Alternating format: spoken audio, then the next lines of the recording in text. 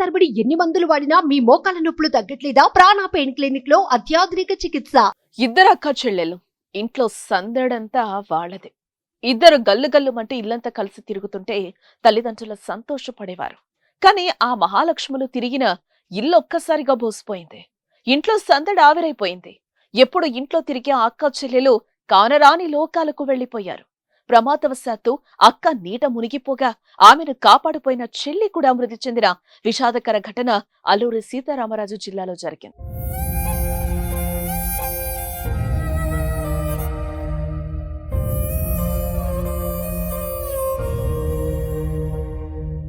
బహిర్భూమికి వెళ్లిన అక్కా చెల్లెలను చెరువు కబళించింది.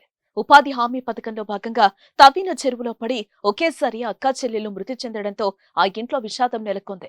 సోమనపాలెం గ్రామానికి చెందిన వంతల దుర్గా కావ్యశ్రీ, వంతల సాహితీరెడ్డి ఇద్దరు అక్కా చెల్లెళ్ళు. బహిర్భూమికి వెళ్లేందుకు ఇద్దరు కలిసి తమ పొలానికి సమీపంలోని చెరువు దగ్గరకు వెళ్లారు.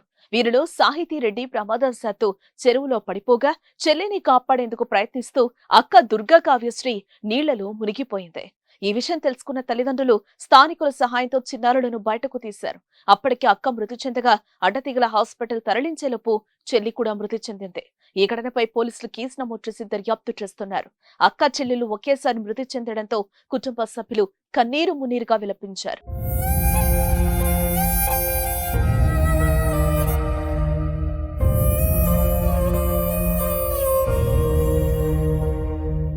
సుమన్ టీవీలో మీ పర్సనల్ అండ్ బిజినెస్ ప్రమోషన్స్ కోసం కింది నెంబర్కి కాంటాక్ట్ చేయండి.